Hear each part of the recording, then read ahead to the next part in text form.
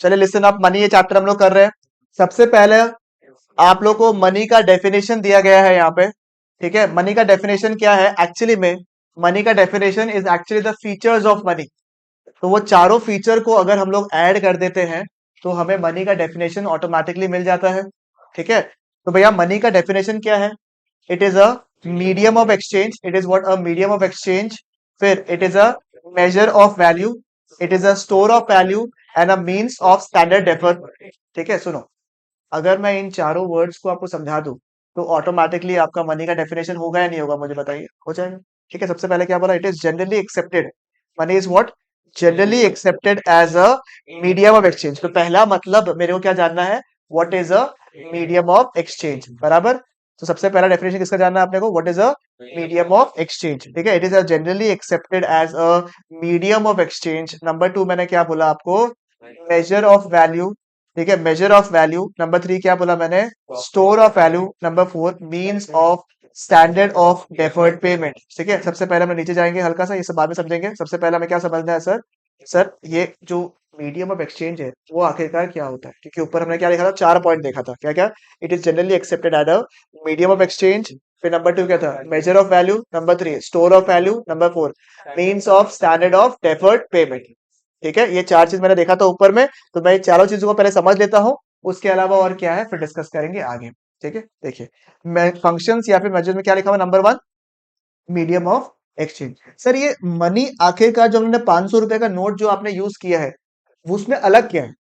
Sir उसको government ने declare कर दिया है कि आप उसको आराम से कहीं भी इंडिया में यूज कर सकते हो, यानी कि कोई भी इंडिया में आपको मना नहीं कर सकता जब भी आप लोग वो 500 रुपए का नोट उनके सामने रखते हो, क्योंकि वो एज अ लीगल टेंडर काम आता है।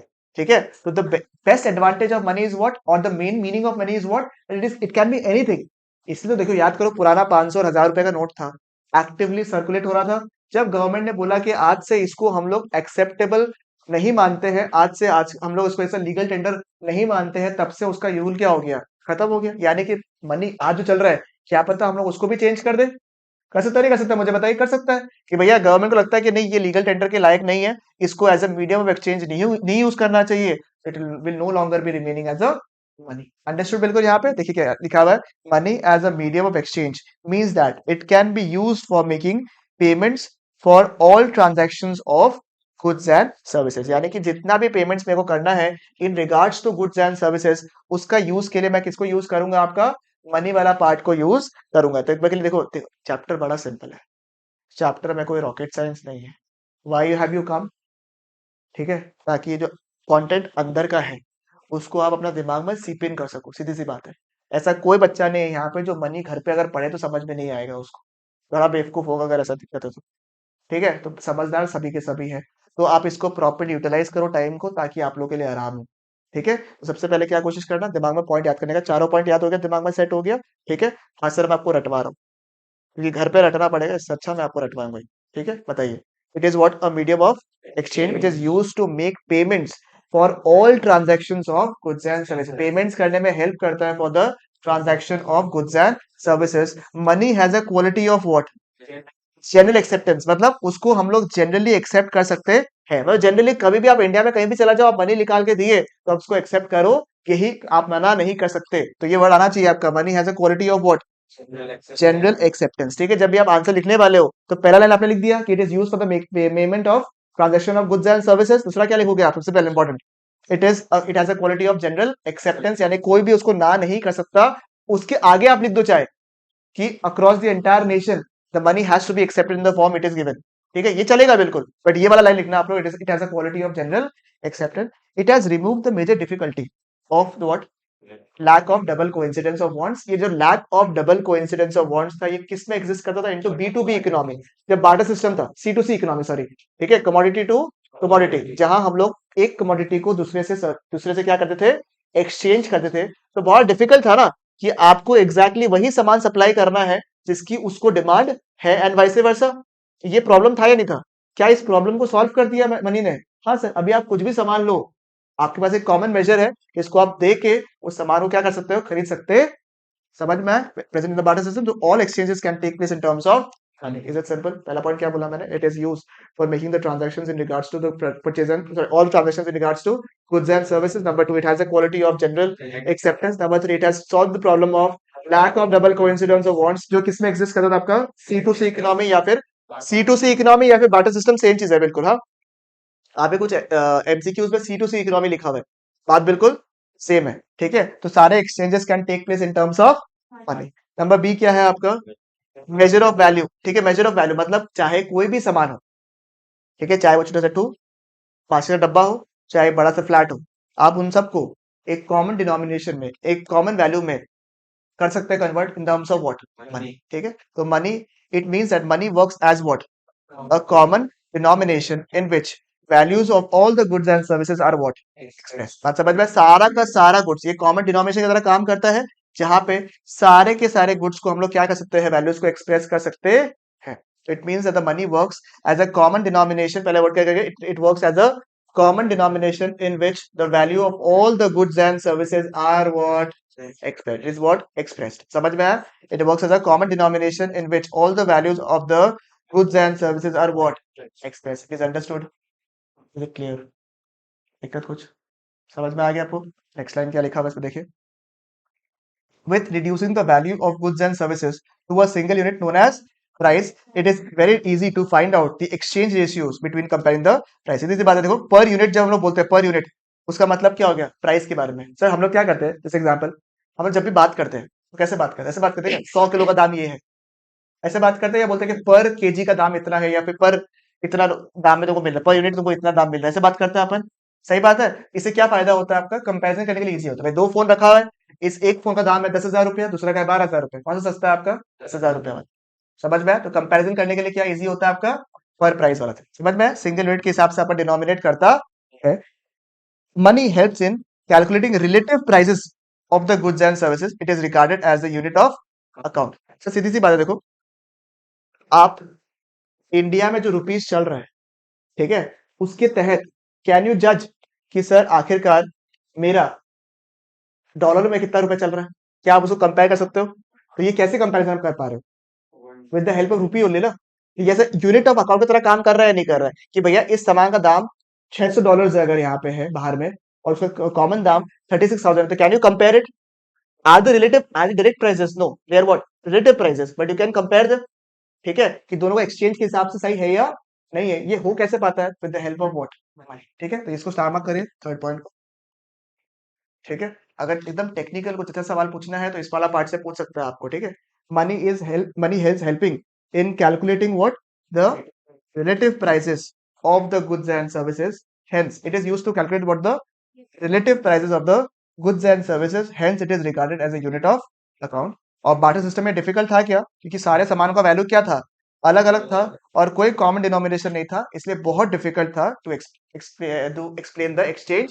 बहुत डिफिकल्ट है ना, एक कद्दू को तुम गाड़ी से सेल कर रहे हो, इतना डिफिकल्ट है, कोई कॉमन डिनोमिनेशन है ही नहीं, कितना कद्दू चाहिए तुमको समझ में नहीं आएगा, तो बाद जिंदगी कद्दू कद्दू हो जाएगा। तो डिफिकल्ट था या नहीं था? मुझे बताया बार्टर सिस्टम में तो कॉमन डिनोमिनेशन नहीं था, इसकी वजह से क्या प्रॉब्लम था? It was difficult to express what? The exchange rate. एक बार सिमुलेट करते हैं एक बार के लिए, क्या लिखा हुआ है पहले? It is used as a common denomination, ठीक है, for determining the value of the goods and services. Number two क्या बोला मैंने? सर इसको सिंगल यूनिट के हिसाब से भी डिटरमाइन करते हो, ताकि जो है आराम से आप एक्सचेंज रेशियो और कंपैरिजन कर सको। तो सिंगल यूनिट में जो कन्वर्ट करते हो प्राइसेस को, वो मेनली क्यों करते हो? ताकि आप दो चीजों के लिए, मेन क्या है आपका? एक्सचेंज रेशियो, नंबर टू क्या है आपका? Comparing the prices. और कभी कभी हम रिलेटिव प्राइसेस को भी कंपेयर कर पाते हैं as a unit of account when it comes to money. And last point क्या है? क्योंकि बाटा सिस्टम में वो भी कॉमन डिनोमिनेशन नहीं था, hence it was very difficult to compare. ठीक है, नेक्स्ट क्या लिखा हुआ आपका? Store of value. सर ये स्टोर ऑफ वैल्यू क्या है? जैसे पहले का सोचो आप कद्दू, कद्दू क्यों आ रहा है बताओ? ठीक है चलो कोई बात नहीं, कद्दू से तो आप कद्दू में आप डील करते थे, तो कद्दू का एक लाइफ था। ठीक है, कद्दू पता नहीं किसी का इंसान का नाम है, वो तो नहीं। ठीक है, कद्दू का लाइफ था। अब कद्दू ज्यादा देर आप रखोगे तो उसका वैल्यू बढ़ेगा या कमेगा? कमेगा उसका। तो उसका पेरिशेबल नेचर का था वो, इसकी वजह से क्या होता था? उसका हाई डिग्री ऑफ अनसर्टेनिटी। हाँ, मनी की क्या कोशिश कर रहे हो आप? मनी में क्या कोशिश कर रहे हो? पहले आपका वो कॉइन्स वगैरह आया, नोट्स वगैरह आया, अब यूपीआई वगैरह करते हो। बेसिकली क्या उसका जो लॉन्गिटिविटी है वो क्या कर रहे हो? बढ़ा रहे हो, ताकि मनी जो है काफी दिन तक रहता है, आराम से उसको यूज कर सकते हो आप। ठीक है, वो इजीली पेरिशेबल नहीं है, उसको आप स्टोर करके भी रख सकते हो। ये फायदा है या नहीं मुझे बताइए। सही बात है। जैसे अभी लोग जो है ना ई रूपी निकालने का बात कर रहे हैं ना, ई करेंसी निकालने का बात कर रहे हैं, ठीक है, आपको लगेगा क्या ही फर्क पड़ेगा उससे। फर्क ये पड़ेगा कि पेमेंट करने में तो ईजी होगा, but the amount of cost which is incurred in printing our notes will be substantially decrease, जो कि बहुत अच्छा खासा अमाउंट लगता है आपको अगर पता नहीं है तो। ठीक है, प्रिंटिंग आवर नोट्स कि printing also comes with the cost, right. तो वो आपका कम हो जाएगा, इसकी वजह से they are trying to promote it. Plus आपका ब्लैक मनी कब होगा उससे तो अलग मैटर हो ही गया आपका, चलो वो तो अलग चीज होगी। ठीक है, अब money as a store of value जो है, वो उसके क्या क्या एडवांटेज है देखिए। ठीक है, ये अलग से इसको स्टार मार्क कर लीजिए अगर आपको मार्क नहीं किया हुआ है तो। इसको अलग से जो है 3 से 4 मार्क का पूछता है कभी कभी। ठीक है, कि money as a store of value. ठीक है, जो ऑनलाइन कर रहे हैं वो लोग को टाइमिंग का कुछ है ही नहीं, कितना बजे क्लास था? 3 बजे। 3 से तो 3:30 बजे तो लोग ज्वाइन करता है क्लासेस कोई कोई लोग। ठीक है, बताइए मुझे एक बार के लिए क्या क्या एडवांटेजेस है of money as a store of value. Number one, it is available in fractional denomination. भाई जो रेंज में आपको चाहिए 1 से लेकर 2000 तक तो है अवेलेबल आपके पास में। सही बात है, बिल्कुल इसका फ्रैक्शनल डिनोमिनेशन में अवेलेबल है। ठीक है, नेक्स्ट क्या लिखा हुआ है देखे तो, it is what, easily portable. चलेगा बिल्कुल, यहाँ पे आराम से इसको दूसरा जगह में आप लेके जा सकते हो। It is easy and economical to what, to store money. Number next क्या है, it has a merit of general acceptability, हर जगह आपका एक्सेप्ट हो जाता है। तो स्टोर ऑफ वैल्यू में देखो आप, कमाल क्या है, इसके पुराने पॉइंट्स भी कवर हो गए यहाँ पे। समझ में, एक्सेप्टेबिलिटी पीछे था, क्वालिटी ऑफ जनरल एक्सेप्टेंस याद है ना, मेजर ऑफ वैल्यू में वो वाला में, मीडियम ऑफ एक्सचेंज में, और उसको यहाँ भी डाल दिया आपका। ठीक है, लास्ट पॉइंट क्या है, savings in terms of money is much more secure in terms of goods. इसको सेव करना इजी है, लॉकर वगैरह में आप डाल सकते हो आराम से। समझ में, कैसे तो सारे पॉइंट्स बड़े सिंपल है। ठीक है, प्रॉब्लम क्या है, याद नहीं आता है। ठीक है, इसलिए शॉर्टकट क्या लिखा था हमने, एफ ए पी एस, फैप्स। ठीक है, F stands for what, fractional denomination, A stands for what, general acceptability, S stands for what, savings वाला पार्ट, और P stands for what, portable. ठीक है, तो फैप्स। ठीक है, क्योंकि उस समय दिमाग में काम नहीं आता, तो फैप्स फैप्स ये सब जो नॉनसेंस होता है यही आता था आपको दिमाग में उस समय। ठीक है, चलेगा बिल्कुल यहाँ पे।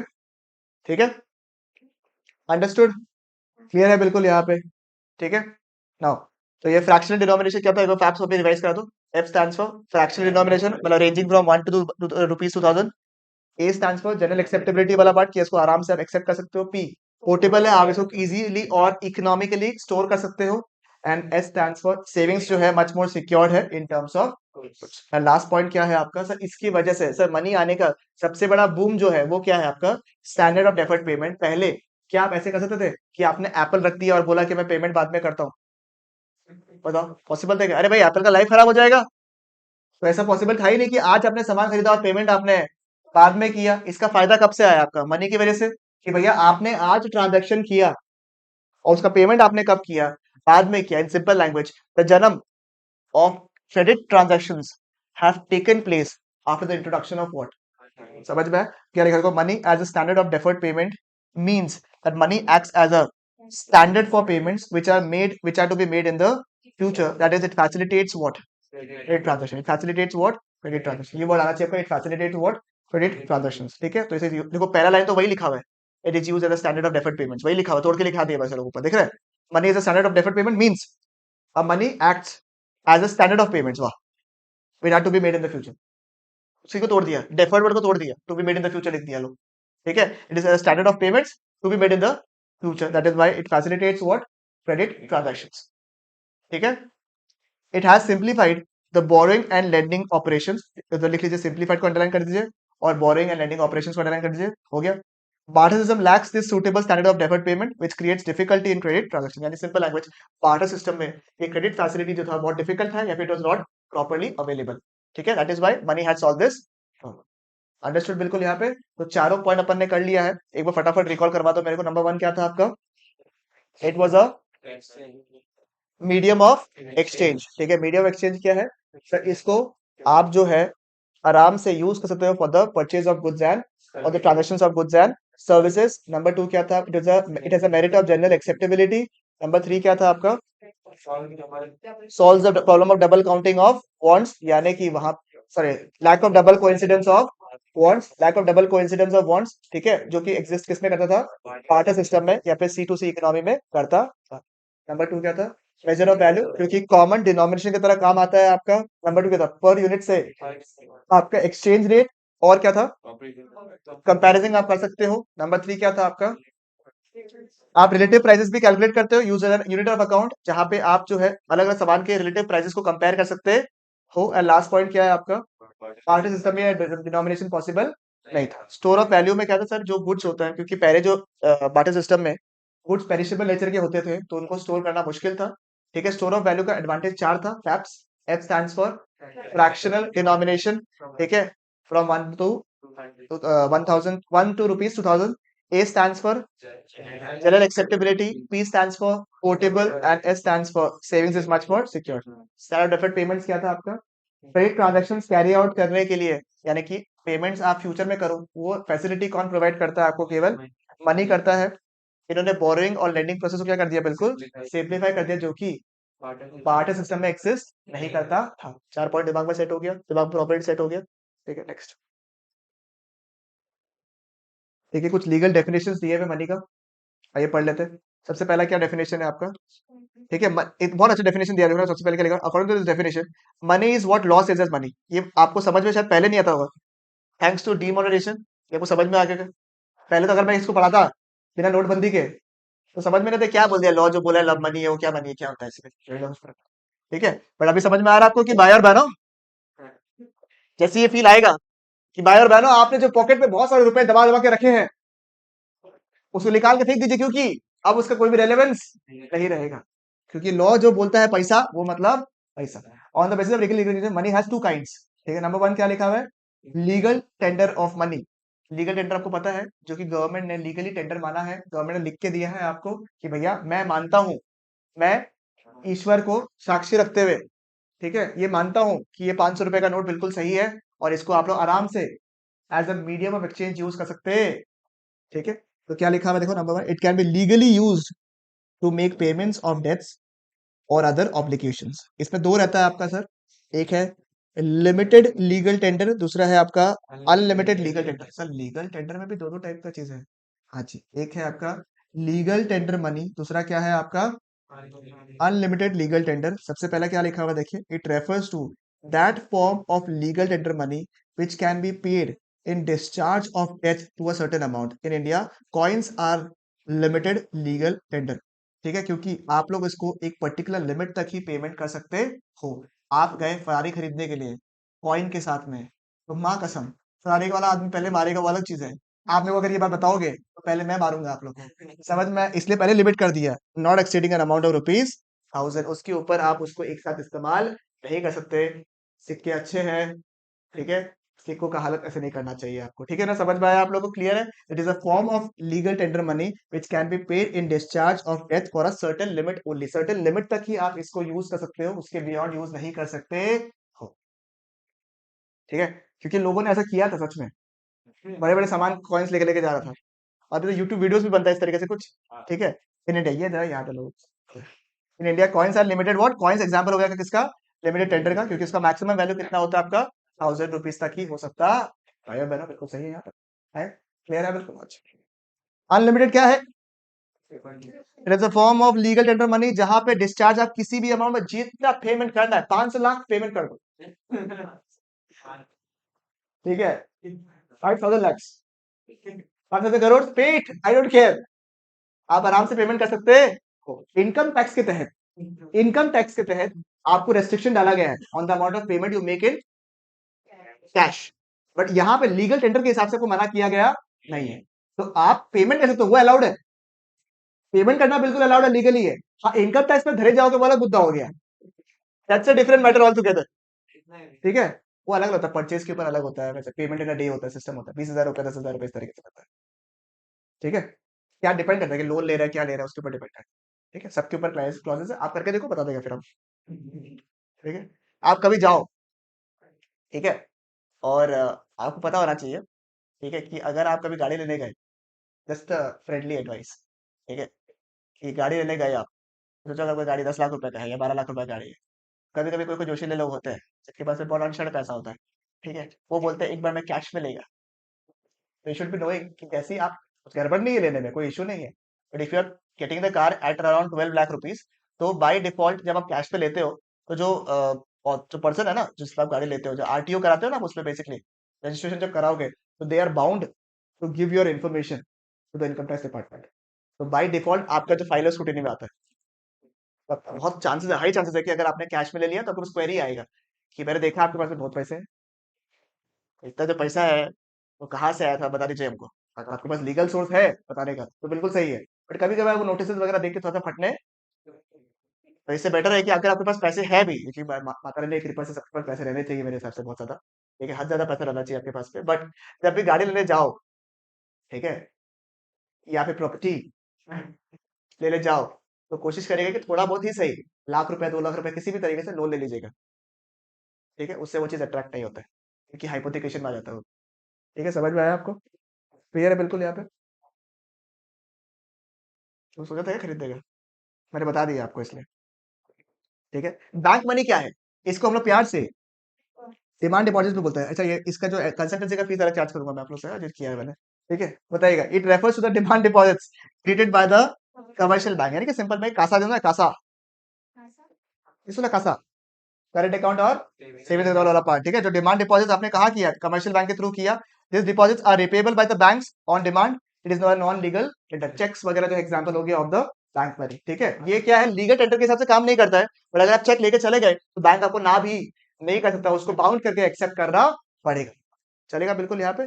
ठीक है, देखिए, अच्छा, नॉन लीगल टेंडर तो पड़ा ही नहीं भाई साहब। It refer to the form of money which is generally accepted but is not bound by any legally. Example दिया चेक वगैरह, ठीक है, और वही करस्पॉन्डिंग बैंक जो निकालता है उसको क्या बोलेंगे यहाँ पर, बैंक मनी बोलते हैं।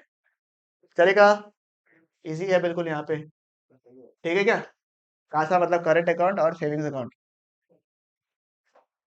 ठीक है, इज इट फाइन? तो स्कूल से आएंगे, देखा इतना पढ़ने के लिए आया। बहुत ही भूखा ड्रेस है, ठीक है।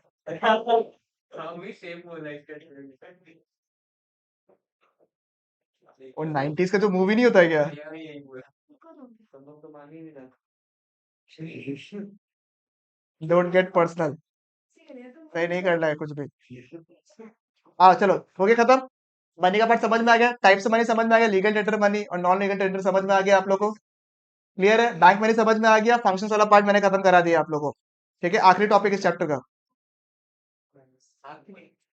इस टॉपिक, आइए, बहुत इंपॉर्टेंट टॉपिक, सुनो सुनो, हो गया पंचायती हो गया। सुनो, मनी सप्लाई, तारा डाल दीजिए, तारा तारा स्टार मत, ठीक है, हो गया तारा। अब मनी सप्लाई का मतलब क्या है, सुनिए, किसी को आइडिया मनी सप्लाई का मतलब? Sir very simple, it is a supply of money जो पब्लिक के पास में एक पर्टिकुलर पॉइंट ऑफ टाइम में है, उसको क्या बोलते हैं? सुनेगा, क्योंकि यहाँ पे बोला है it is the volume of money, it is the volume of money held by the public. तो चाहे वो सफेद पैसा हो, चाहे वो काला पैसा हो, उससे फर्क नहीं पड़ता है। पड़ता किससे है? पैसा से, कि आपके पास पैसे है या नहीं। समझ में आया? तो जो पैसा पब्लिक के पास में at a particular point of time में रहता है, उसको हम लोग क्या बोलते हैं? मनी सप्लाई कहते हैं। सर पब्लिक का मतलब क्या है? एक तो हम लोग हो गए इंडिविजुअल्स, क्या हो गया पब्लिक, साथ में जो बिजनेस फर्म्स होता है वो भी क्या माना जाएगा? पब्लिक के कैटेगरी में आते। समझ में आया आप लोग को? पहली बार पब्लिक का भी डाउट आ जाता है आपको, है? ठीक है, समझ में आया आपको? यानी इसमें पब्लिक में कौन कौन नहीं आता है? गवर्नमेंट, ठीक है, जैसे भारत जोड़ो यात्रा वाला लोग जो है, वो लोग जो नहीं आएंगे क्योंकि वो लोग किसका पार्ट बन गए? गवर्नमेंट का पार्ट बन गए, तो गवर्नमेंट नहीं आएंगे। और अगर आपका पैसा, thank you for the bill, तुम्हारा तो आपसे फोन बंद करेगा, क्या करेगा? हाँ, लाना ही पर। ठीक है, सुनो, मैंने क्या बोला, अगर आपका पैसा बैंक के अंदर है इन the form of current account and savings account, तो क्या वो मनी सप्लाई का पार्ट बनेगा? क्योंकि वो पैसा किसका है? पैसा किसका है वो? हम लोग का, तो उसको पार्ट अपन मानेगा। क्यों नहीं मानेगा मनी सप्लाई का पार्ट?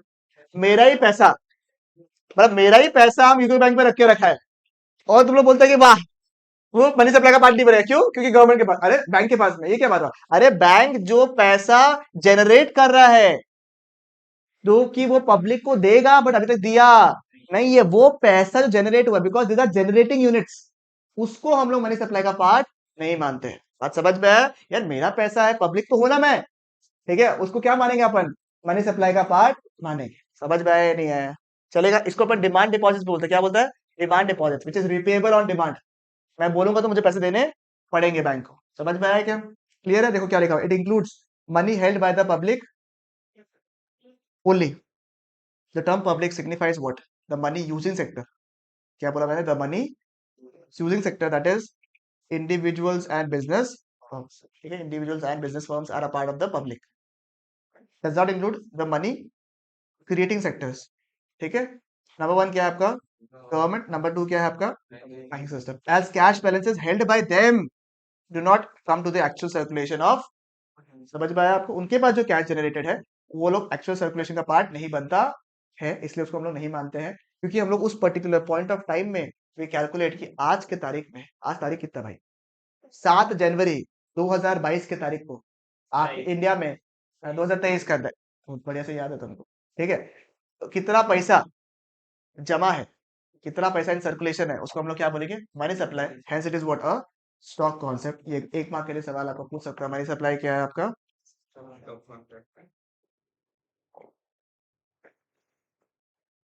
क्लियर? बड़ा सही बोला था आंसर। ठीक है, ऐसे कुछ कुछ चीजें होती रहती है लाइफ में। हाँ, यहाँ पे कॉन्सर्ट चल रहा है तो फ्लैश लाइट ऑन करना, नॉनसेंस। अपन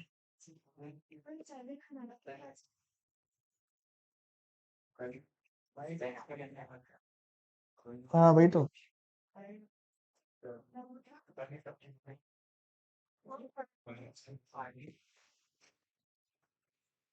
गंदा वाला चीनी क्या होता है? हाँ,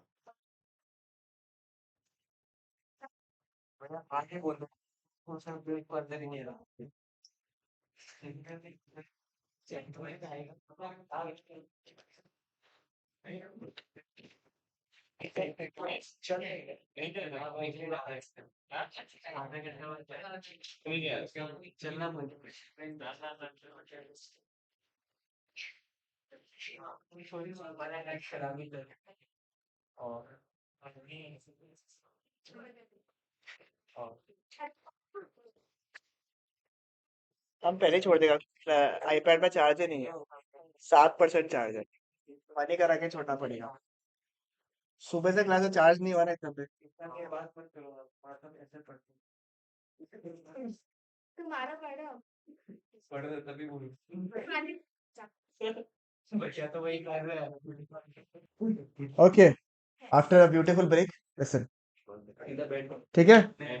अब इसमें जो है दो कॉम्पोनेंट्स है, ध्यान दीजिएगा, एकदम इंपॉर्टेंट पार्ट बता रहा हूँ आप लोग को लास्ट आज का। ठीक है, कॉम्पोनेंट्स एक रहता है और एक मेजर्स रहता है, आपको दोनों को एक दूसरे से कंफ्यूज ना करें। एक मैंने क्या बोला आपको? कॉम्पोनेंट्स। मनी सप्लाई के क्या रहते हैं आपके? कॉम्पोनेंट्स रहते हैं, और एक क्या रहेगा आपका? मेजर्स रहता है आपका। ठीक है, कॉम्पोनेंट में क्या क्या आता है सर? दो चीज आएगा। नंबर वन क्या लिखा हुआ है? Currency with the public. अगर आपके क्वेश्चन में क्या आया कॉम्पोनेंट्स, तो क्या लिखोगे आप लोग? सबसे पहले currency with the public. Sir ये कौन से करेंसी आएंगे इसमें? एक तो paper notes, coins held by the public, ठीक है। नंबर टू क्या है आपका? Currency money is also termed as what? Fiat money. Fiat money इसलिए बोलता है इसको क्योंकि हम लोग इसको इसलिए यूज लेते हैं क्योंकि गवर्नमेंट की तरफ से ऑर्डर आया हुआ रहता है। बेसिकली गवर्नमेंट ने इसको एज ए लीगल टेंडर कहा गया है, तो लीगल टेंडर मनी को हम लोग फिएट मनी भी बोल सकते हैं। गवर्नमेंट ने बोला चलने का चलेगा, जैसे अभी बिटकॉइन है, अब बिटकॉइन को गवर्नमेंट ने एज ए लीगल टेंडर नहीं कहा, तो it is not a fiat money. जिस दिन गवर्नमेंट ने बोल दिया कि हाँ ठीक है कबूल है, तो उसको क्या मानेंगे हम लोग? फिएट मनी मान लेंगे। समझ में आया आप लोग को? ठीक है, तो currency money is also termed as what? fiat money, that is the मतलब वो under the order of the government, it is also known as what? The legal tender money, as I told you. ठीक है, उसको हम लोग legal tender money भी कहते हैं। तो उन्होंने क्या बोला? Sir currency held by the public, it is also known as the fiat money, या फिर इसको लीगल टेंडर मनी भी कहा जाता है। डिमांड डिपॉजिट्स विद बैंक क्या होता है sir? It refers to the demand deposits और the bank money of the public with the commercial. CASA है बेसिकली, क्या है ये? ठीक है, current account and savings accounts with the bank. देखिए क्या लिखा हुआ, ठीक है। और demand deposits is treated equally with held by the held as it is readily accepted as a means of payment, क्योंकि अभी यूपीआई में का अकाउंट में रहो चाहे हाथ से कैश के फॉर्म में रहो, बात बिल्कुल क्या है? सेम है। कैश का फायदा क्या था, हाथों हाथ पेमेंट कर सकते थे, and with the introduction of UPI वगैरह आप उसको भी क्या कर सकते हो, हाथों हाथ जो है आप चाहे बैंक में रहने के बावजूद भी आप उसको आराम से पेमेंट कर सकते हैं। दोनों में कोई भी दिक्कत आपको ऐसा होने वाला नहीं, समझ में? पर ध्यान दीजिएगा, जैसे ही हम डिमांड डिपॉजिट्स बोलते हैं, ठीक है, डिमांड डिपॉजिट्स बोलते हैं, it is not the demand deposits which is taken into account for the calculation of money supply, it is the net demand deposits, इसको हम लोग लेते हैं। सुनेगा, मैंने क्या बोला पहले, डिमांड डिपॉजिट्स और नेट डिमांड डिपॉजिट्स में फर्क है। मनी सप्लाई के लिए मैं डिमांड डिपॉजिट्स को नहीं लेता हूँ, मैं किसको लेता हूँ, नेट डिमांड डिपॉजिट्स को लेता हूँ, क्योंकि समझिएगा, सोचिए एग्जाम्पल, मेरे अकाउंट एक्सिस बैंक में है, ठीक है, मेरे अकाउंट किसमें है, एक्सिस बैंक में है। ऑन द अदर हैंड एक और अकाउंट है जो कि मेरा सोचो फेडरल बैंक में एग्जाम्पल, ठीक है। तो मैंने क्या किया, एक्सिस बैंक में मेरे पास रुपया आया, मैं उस रुपया को उठाकर मैंने फेडरल बैंक में डाल दिया। तो आप मुझे बताइए, पैसे तो ट्रांसफर हुए हैं, ठीक है, बट मुझे बताइए क्या इस फेडरल बैंक में जो पैसे गए हैं मेरा, क्या ये एक्चुअली में मनी सप्लाई एक्स्ट्रा कुछ क्रिएट हुआ है क्या, या वही पैसा को मैंने एक्सिस से कहाँ डाल दिया है, फेडरल में? तो ये जो इंटर बैंक ट्रांसफर्स है, ये जो इंटर बैंक ट्रांसफर्स है, ये आपका मनी सप्लाई का पार्ट बनना चाहिए या नहीं बनना चाहिए? नहीं बनना चाहिए, सही बात है बिल्कुल, क्योंकि इंटर बैंक ट्रांसफर अगर हमने उसको कैलकुलेट कर लिया तो इसमें तो डबल काउंटिंग हो जाएगा। मेरे अकाउंट में 50,000 रुपया आया और उस 50,000 रुपया में से मैंने 10,000 रुपया ट्रांसफर कर दिया, तो आप मुझे बताइए क्या मेरे पास टोटल 60,000 रुपया आया है? मेरे पास कितना है, 50 ही आया है। उसको मैं क्या करूंगा, सिंपली इग्नोर कर दूंगा। इसलिए हम लोग बोल रहे हैं कि नेट डिमांड डिपॉजिट पे लेना है, यानी कि वो डिपॉजिट्स जो एक्चुअली में आपका अकाउंट में आया है, इंटर बैंक ट्रांसफर को कंसिडर नहीं। इंटर बैंक में समझ रहे? खुद का ब्रांच, खुद का बोल रहा हूँ, खुद का ट्रांसफरिंग लेना, दूसरा का ट्रांसफर तो लेगा। समझ में आया या नहीं है? खुद का जो इंटर बैंक ट्रांसफर है उसको कंसिडर अपन नहीं करें। समझ में? देखिए क्या लिखा, only the net demand deposits are to be included. The gross demand deposits include what? Which are to be excluded. Term deposits जो है टाइम डिपॉजिट एफडी वगैरह को हम लोग इंक्लूड नहीं करते generally in the case of money supply. ठीक है, समझ में आया आपको? चलेगा बिल्कुल यहाँ पे? श्योर 100% यहाँ तक दिक्कत हो रहा है? कॉन्फिडेंस में दो था आपको, currency held by the public and demand deposit. देखिए मनी सप्लाई से बहुत सारा सवाल पूछने का चांसेस है, इस बार मनी सप्लाई इंपॉर्टेंट भी है, ठीक है, क्योंकि लास्ट टाइम भी उतना नहीं आया जितना एक्सपेक्ट किया था। इस बार चार्जेस भी आप सैम्पल पेपर में भी देख सकते हो, दिया हुआ है थोड़ा बहुत, तो इसलिए मनी सप्लाई थोड़ा सा इंपॉर्टेंट है, ठीक है। तो मैंने क्या बोला, currency held by the public, यानी पब्लिक के पास में जो है, इसमें क्या क्या इंक्लूड होता है, fiat money and legal tender money. और डिमांड डिपॉजिट्स में क्या क्या आता है आपका, द नेट डिमांड डिपॉजिट्स किसमें होता है, मतलब कि the deposits held in the bank, ठीक है, वो चाहे करंट अकाउंट के फॉर्म में हो चाहे वो सेविंग्स अकाउंट के फॉर्म में हो, बट उसको मतलब डिमांड डिपॉजिट का क्या है, रेलेवेंस क्या है, it is considered equivalent to cash payments, because उसको हम लोग रेडिली एक्सेप्टेड कर सकते हैं, पेमेंट कर सकते हैं for a means of payment. और कौन सा डिमांड डिपॉजिट देता है अपन, net demand deposit, gross demand deposit को लिया जाता, ठीक है। लास्ट पॉइंट आज मेजर्स, ठीक है, इसको भी तारा मार दीजिए, इसके ऊपर आपका प्रैक्टिकल सवाल जो है वो भी पूछ सकता है क्या, और ओके, ठीक है, इसके ऊपर आपका मेजर्स भी आप पूछ सकते हो, मतलब प्रैक्टिकल सवाल भी आपको पूछ सकता है, या फिर थियोरेटिकल सवाल तो आपके सामने ही है, ठीक है ना। क्या लिखा हुआ देखो मेजर्स में, इसको हम लोग मॉनेटरी एग्रीगेट्स भी बोलते हैं, क्या बोलते हैं इसको, मॉनेटरी एग्रीगेट्स, चाहे वो मेजर्स हो चाहे वो मॉनेटरी एग्रीगेट्स हो, सवाल एग्जाम में कुछ भी आएगा, आपका आंसर क्या है, यही है। कॉम्पोनेंट्स पूछने से क्या होगा, पीछे वाला दो, ठीक है, चलेगा बिल्कुल। यहाँ पे कंफ्यूज मत होना, इसी चक्कर में गलती हो गया, फालतू का मार्क्स चला जाएगा 5, ठीक है। मेजर्स क्या है, 4, M1 M2 M3 M4, basically क्या है, सर्कुलेशन के हिसाब से, किसके हिसाब से, सर्कुलेशन के हिसाब से, कितना लिक्विडिटी के हिसाब से आपने क्या कर दिया, 4 पार्ट में डिवाइड कर दिया बेसिकली मेजर्स को। M1 क्या है आपका, देखिए तो क्या लिखा हुआ, currency and coins with public, क्या बोला मैंने, currency and coins with the public, ठीक है। तो currency and coins with public का मतलब क्या होता है, जो भी मेरे पास में इन हैंड जो पैसे मेरे पास में है, प्लस डिमांड डिपॉजिट से, क्योंकि ये सबसे लिक्विड है, मेरे हाथ में जो पैसे रहेंगे सबसे लिक्विड है या नहीं है, सेकंड सबसे लिक्विड क्या है, जो अकाउंट में पैसे रहते हैं कासा, वो कासा कासा को क्या बोलते हैं हम लोग, डिमांड डिपॉजिट्स, ठीक है। प्लस क्या लिखा हुआ है, अदर डिपॉजिट्स, कभी कभी आपका जो आरबीआई वगैरह होता है, वो आपको पता होगा कि काफी सारे जमा रहते हैं रुपए, तो कभी कभी उस पैसे को भी वो लोग इंक्लूड कर लेते हैं, कभी कभी लोग ग्रांट वगैरह भी मिलता है, तो उनको हम लोग क्या करेंगे, क्या बोलते हैं, अदर डिपॉजिट्स। वो सिंपली क्या होता है, मनी सप्लाई का पार्ट बन जाता है, ठीक है। देखिए लिखा हुआ है, other deposits includes deposits held by the RBI on behalf of what, foreign banks and government public financial institutions, world bank, IMF etcetera, ठीक है, चलेगा। नंबर 2 क्या है आपका, M2। M2 में क्या, तो ऊपर का तो आता ही है, ठीक है। सबसे लिक्विड कौन सा है, M1, क्योंकि इसमें रेडीली कैश में कन्वर्ट करने वाला मेजर्स डाला हुआ है। M2 में क्या है सर? सर M1 तो आएगा ही, क्या बोला मैंने? M1 तो आएगा ही, प्लस मैं क्या करूं, थोड़ा सा लेस लिक्विड फंड्स को ऐड करते हैं। वो क्या है आपका?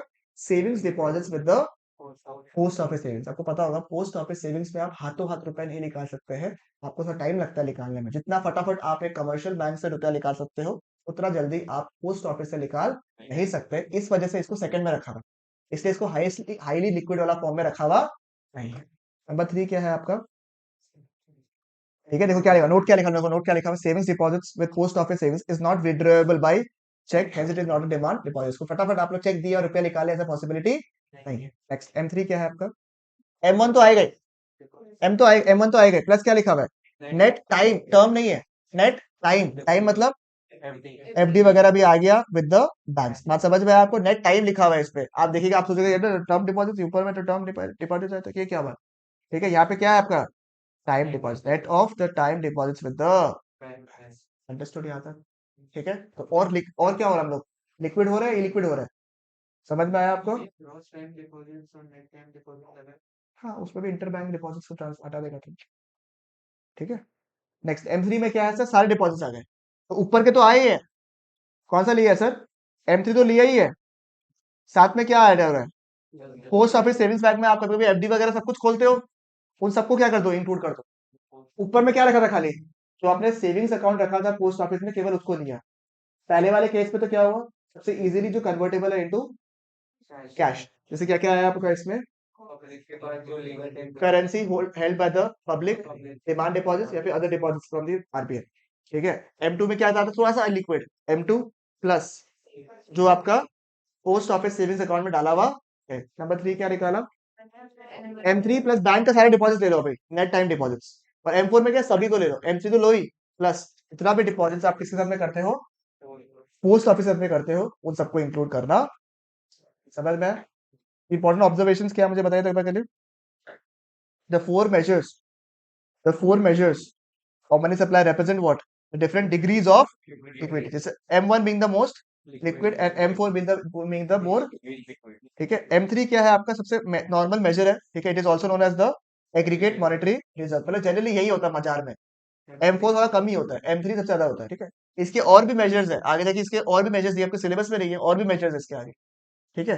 नेक्स्ट क्या लिखा हुआ है? M1 and M2 are also known as the narrow supply concept. चलेगा बिल्कुल यहाँ पे, ठीक है। एक बार मुझे बताइए M1 क्या होगा आपका? M1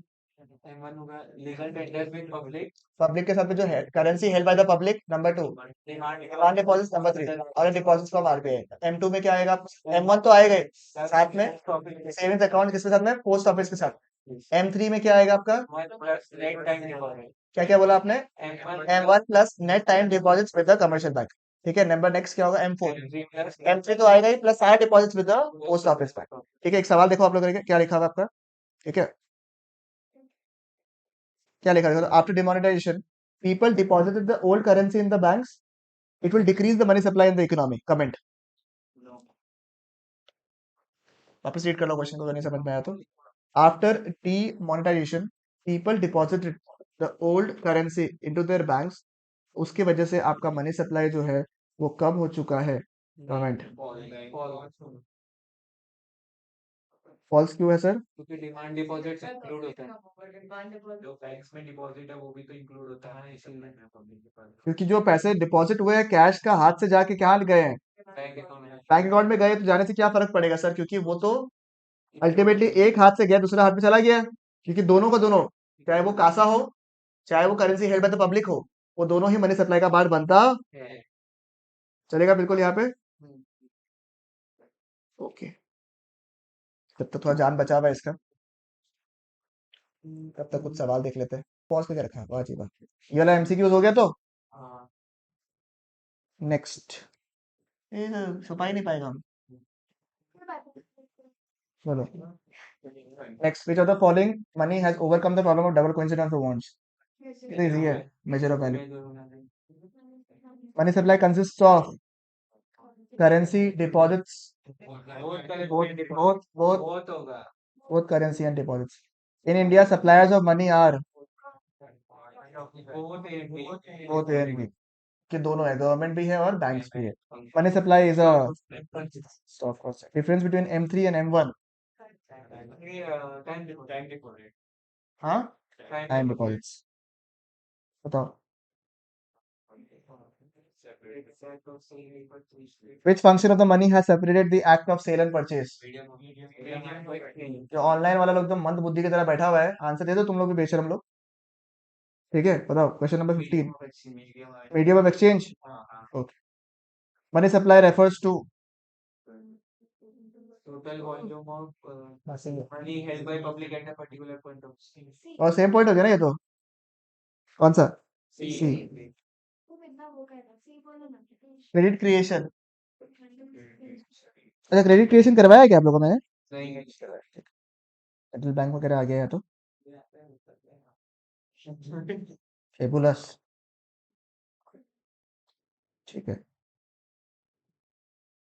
दो बार प्रिंट हो गया क्या? ठीक है, fill in the blanks। हाँ बताओ। Dash and dash are components of money supply। currency held by the public और demand deposits। B held by the next dash wants simultaneous fulfillment of buyers and sellers। Double coincident answer देख के बता रहे हैं, पता था। Next created by the commercial banks। next bank money non-legal tender. is a इसमें गलती हुआ लोगों का, इसको स्टार मार्क कर रहा हूँ मैं इसलिए। ये तिरकी। Yeah. ये मनी मल्टीप्लायर नहीं करवाया ना आप लोगों को मैंने। ठीक है, ट्रू एंड फॉल्स तो चलो हो जाएगा। असर्शन रीजनिंग में आइए, बताइए।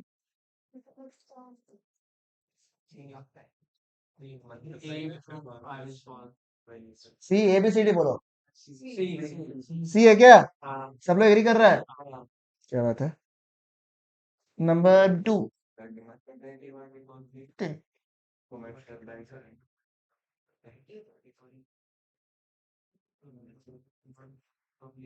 A. तो दो आंसर आया, बड़ा मजा आया। A होगा। क्वेश्चन पढ़ते पढ़ते। नेट डिमांड डिपॉजिट्स और not the gross demands of the commercial banks are included in the money supply. Yes, true. ठीक है, number B. Interbank deposits are deposits held by the bank on behalf of this one does not belong to the public. Ultimately तो reason तो यही बना ना उसका, क्योंकि interbank क्यों लेता नहीं ग्रॉस को? बिकॉज इंटरबैंक डिपॉजिट्स को हम लोग लेता नहीं। ठीक है, अगर ऐड करो ना बिगिन में, क्या ऐड करोगे? बिकॉज आप कर देखो यहाँ पे, net demand deposits of the commercial banks are included in the money supply because interbank deposits are deposits held by the public and do not belong to the public. बन रहा है ना पूरा? तो ये कौन सा होगा? A.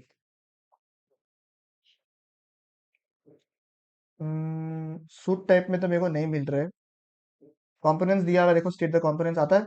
मनी सप्लाई क्या होता है, ये सब आता है आप लोग को। डिमांड डिपॉजिट्स क्या होता है लिख लेगा। सॉरी, ये वाला क्वेश्चन नंबर 3। Question number 4। ठीक है, ये स्टार मार्क कर लेना जब भी नोट्स निकालोगे, क्योंकि ये वाला आप डायरेक्टली पढ़े नहीं हो, इतना भूल जाओगे दिमाग से। ठीक है, फिर standard of deferred payment, store of value. 3 4 5 6। 3 4 5 6 बोला है, समझा? शॉर्ट का क्वेश्चन नंबर 7 भी आप लोग देखो। क्वेश्चन नंबर 8, ये सारे मनी के क्वेश्चन है। क्वेश्चन देख लो एक बार। अरे क्वेश्चन देखो ना।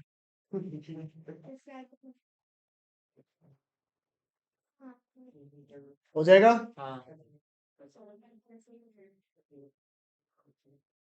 मॉडल प्रोसीजर के कौन सा M1 M2 M3 M4 वाला पार्ट।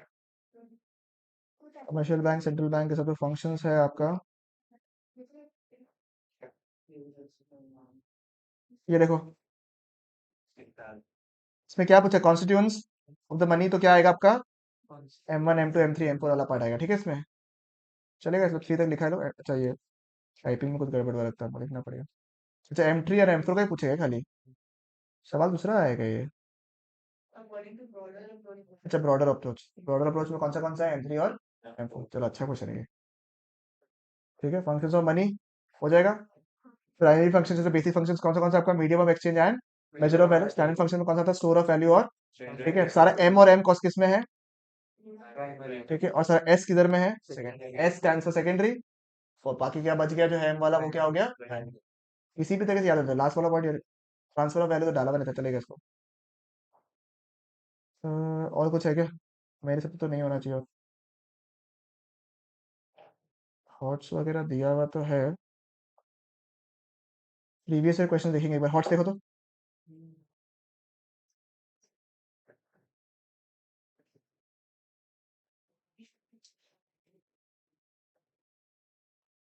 सही है, इसको एक बार पहले होल्ड में रखे। ठीक है, एक बार पहले यहाँ आ जाओ, प्रीवियस ईयर क्वेश्चन देख लेते हैं एक बार पहले हम लोग।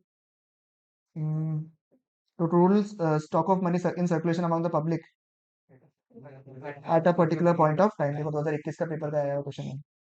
ठीक है, फिर ये तो चलो नहीं दिया। Two components of money are supply are, ठीक है, आता है आप लोग को। State the two components of M1। देखो रिपीटेड क्वेश्चन आ रहा है, देख रहे हैं आप लोग, कंपोनेंट्स पूछते, देखा। मेजर को अपन बहुत ध्यान से पढ़ता है, मेजर को अपन बहुत ध्यान से पढ़ता है, पूछता क्या है बार बार, देखा। कंपोनेंट बड़ा चालू लोग है। डिफाइन मनी सप्लाई, ये जो आप लोग क्वेश्चन जो आपने बोला, दीपेश ने जो बोला, प्रोसेस ऑफ क्रेडिट क्रिएशन। ठीक है, डिमांड डिपॉजिट नंबर 5 बता दो। Demand deposit include, all type of deposit. गलत।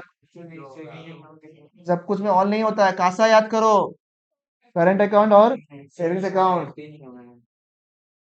ठीक है, हो गया, सेटिस्फाइड। क्वेश्चंस करना कितना इंपॉर्टेंट है समझ में आ गया। तो कुछ कुछ में आप लोग बहुत कंफर्टेबल किया, 70-80% कंफर्टेबली किया, बट कुछ कुछ क्वेश्चंस को आपने नहीं किया, और ऑनलाइन वाले लोग बेसिकली आंसर ही नहीं दे रहे हैं। आ रहा है, तो तुम लोग खबर लेगा हमको ना बढ़िया से। ठीक है, नेक्स्ट सुनो ना, एक रिक्वेस्ट है। कमर्शियल बैंक जो है, मैं रिवाइज नहीं कराऊंगा। कमर्शियल बैंक का मैं रिकॉर्डिंग शेयर कर दूंगा। ठीक है, I start of with central bank, because commercial bank उतना पूछता भी नहीं है। ठीक है, और वो आप लोग मैनेज कर सकते हो, बहुत सिंपल सा बात है। कमर्शियल बैंक मैं आप लोगों को रिकॉर्डिंग शेयर कर दूंगा, क्योंकि उसकी वजह से क्या होगा, सेंट्रल बैंक नहीं हो पाएगा अच्छी तरीके से, जो कि मैं नहीं चाहूंगा। ठीक है, तो मैं नेक्स्ट क्लास में आप लोग का सेंट्रल बैंक कराऊंगा। कमर्शियल बैंक का जिसका इसका मिस हो गया है, जो फर्स्ट टाइम कर रहा है, उनको मैं रिकॉर्डिंग शेयर कर दूंगा। कमर्शियल बैंक आपको सिर्फ मैनेज करना है बस। ठीक है, 1 लेक्चर, दैट्स इट। ठीक है, चलेगा।